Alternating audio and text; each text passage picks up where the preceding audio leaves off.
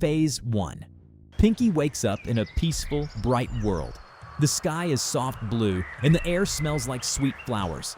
She happily hops around, humming a cheerful tune, her little bow bouncing with each step. Everything feels perfect. Too perfect. The grass under her feet is soft, almost like a blanket. A faint melody plays in the distance, but she doesn't question it. She finds a small mirror in the middle of the field, sitting there as if waiting for her. She tilts her head and steps closer, seeing her reflection smiling back. But then, the smile lingers just a second too long after she stops smiling. She blinks. The reflection doesn't blink back. The melody in the distance stops. Musical type, female choir.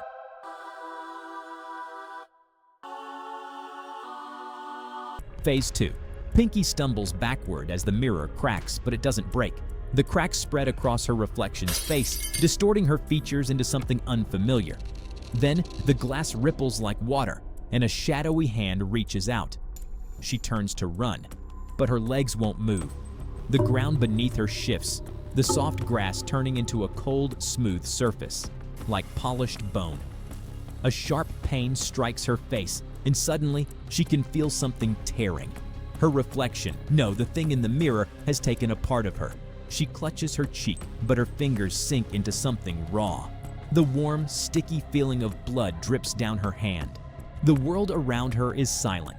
Not a single breeze, not a single sound. Then the whispers begin. Musical type, dark female choir.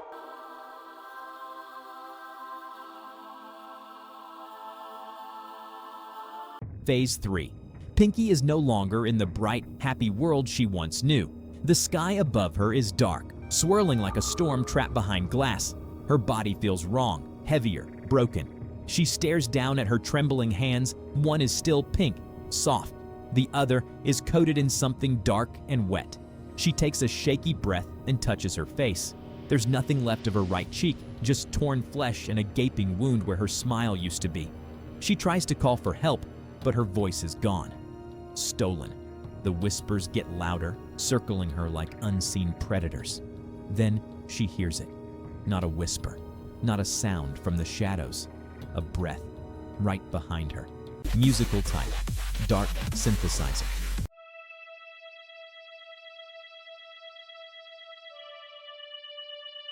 Phase 4.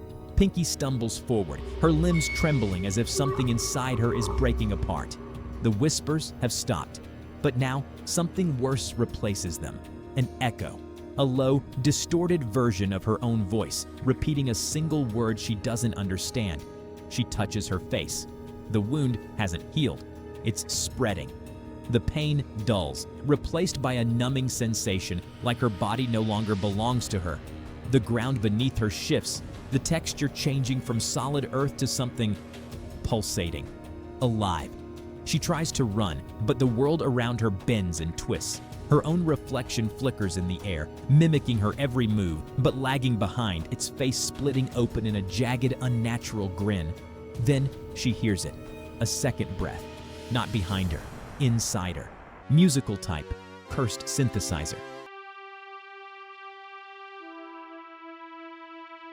Phase 5. Pinki's body convulses as something forces its way through her. She can't scream. Her mouth won't move. But the pain is unbearable. The right side of her face begins to shift, cracking open like dry, brittle wood. Her jaw unhinges slightly, exposing jagged teeth that were never meant to be there. The second breath inside her is louder now. No, not a breath, laughter, a deep choking laughter that rumbles through her bones. She looks down at her hands. They're fading, dissolving into nothingness. The more she moves, the more she loses herself. And then she understands. She is not alone in her body anymore. Musical type, Devil's Prison.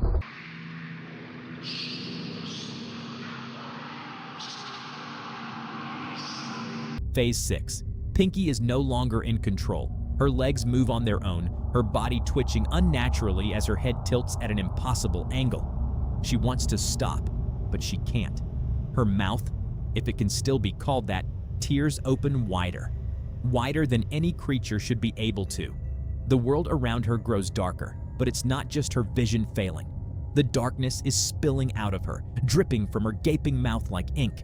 She tries to resist. She tries to fight, but something inside her is laughing, and it's hungry. Musical type, evil synthesizer.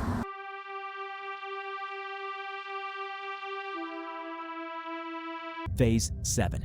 Pinki stumbles forward, her vision flickering like a broken screen. Her face, it feels wrong. She reaches up to touch it, but the moment her fingers graze her skin, a chunk of it falls away like wet paper. She gasps, but there is no breath, no sound, just emptiness. A cold shiver runs down her spine. The world around her is shifting. Walls stretch taller, shadows elongate, and something in the distance lets out a low, distorted laugh. She turns sharply, but nothing is there. Then she notices her reflection in a jagged piece of glass on the floor. Her eyes are gone. Hollow pits stare back at her, wide and endless, swallowing the light.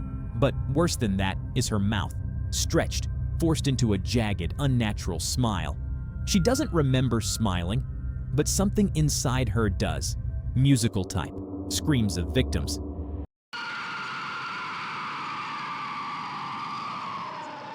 Phase 8. A sharp pain erupts in her chest. Pinki gasps, stumbling backward as something inside her shifts. The hollow pits where her eyes once were begin to glow, a deep crimson hue pulsing in the darkness.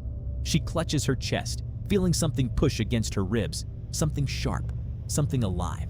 And then, with a sickening crack, it bursts out. A jagged, bleeding heart dangles from thin, sinewy strands, stretching out of her open chest cavity like a grotesque offering. It beats, slow and heavy, dripping with thick, black liquid that vanishes before it hits the ground. The shadows around her begin to move. Not like before, not just flickering. They crawl closer, drawn to the heart, whispering her name in voices she almost recognizes. She should run, but she doesn't, because part of her wants to know what happens next. Musical type, dark bass. Phase 9. The heart pulses faster. The shadows twitch and convulse, growing more defined, more real. Pinki's body is trembling now, the sensation of being watched unbearable. Then she hears it, a whisper, but it's inside her head. It's yours. You should take it. Her own voice, distorted, layered with something deeper, something wrong. Her fingers move on their own, reaching for the heart, her sharp claws grazing its surface. The moment she touches it, a surge of agony rushes through her body. Her back arches, her jaw snaps open, wider than ever before. She wants to scream, but her mouth isn't hers anymore. Musical type, cursed bass.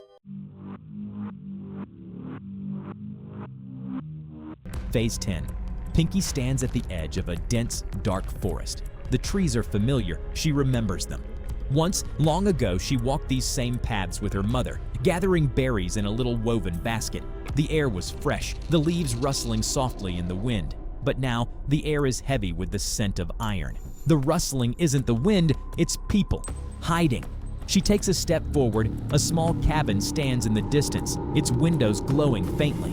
A flicker of memory surfaces, a warm fire, laughter, a place of safety. But she isn't safe anymore, and neither are they.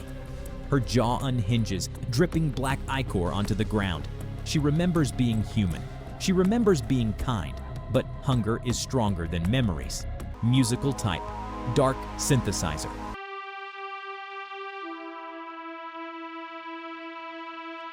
Phase 11. The village fought back. The moment Pinki stepped into the clearing, they were ready. Hunters, warriors, desperate survivors. They knew she was coming. Swords and arrows flew through the air, striking deep into her flesh. The pain was distant, meaningless, drowned beneath the hunger. One blade lodged deep into her skull, another through her ribs. She should have fallen. She should have stopped, but she didn't. The villagers watched in horror as she kept moving, even with steel buried in her body. Her twisted grin stretched wider as she grabbed the nearest man, lifting him effortlessly. He screamed. No one came to save him.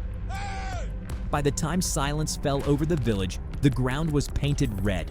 Pinki stood in the wreckage, sword still impaled in her body, but now they belonged to her. A warning to anyone who dared to stop her again. Musical type, cursed synthesizer. Phase 12.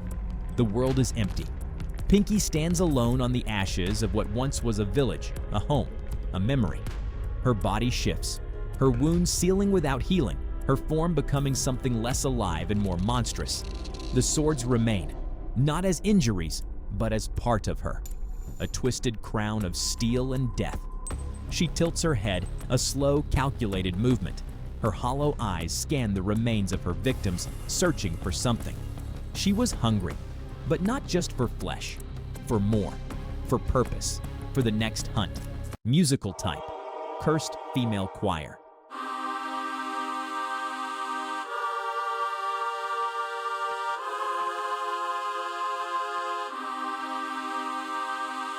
Phase 13. Pinki's steps were slow, dragging against the dirt.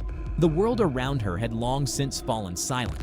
No voices, no wind, no life. Then she saw it.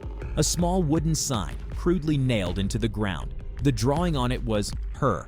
Not the thing she had become, but the Pinki she used to be. 2 black dots for eyes, a little smile, and her bow. She knelt down, her skeletal fingers trembling as she touched the carving. A memory flickered in the back of her mind. Small hands, laughter, children playing, someone calling her name. She reached for the sign, gripping it carefully as if it were something fragile. For the first time in what felt like eternity, she smiled. Then she turned, and the world behind her burned. Musical type, evil organ.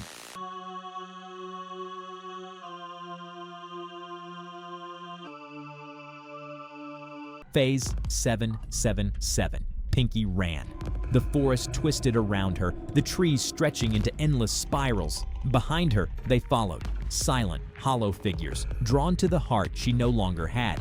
Her chest ached, an empty cavity where something vital had once been. She could feel it, somewhere out there, still beating, still calling.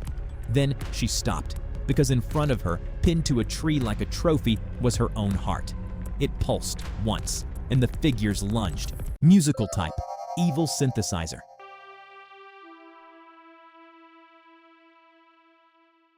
Secret phase. Pinki blinked. She wasn't in the forest anymore. She was sitting in a tiny wooden chair facing a cracked mirror. Her limbs felt stiff, wrong. She looked down. Wood. She wasn't made of flesh anymore. Thin, brittle strings ran from her wrists, disappearing into the shadows above. A shiver crawled through her as she realized she wasn't the one moving anymore. Then, from the darkness, a voice whispered, "Dance," and the strings pulled. Musical type, angels, female choir.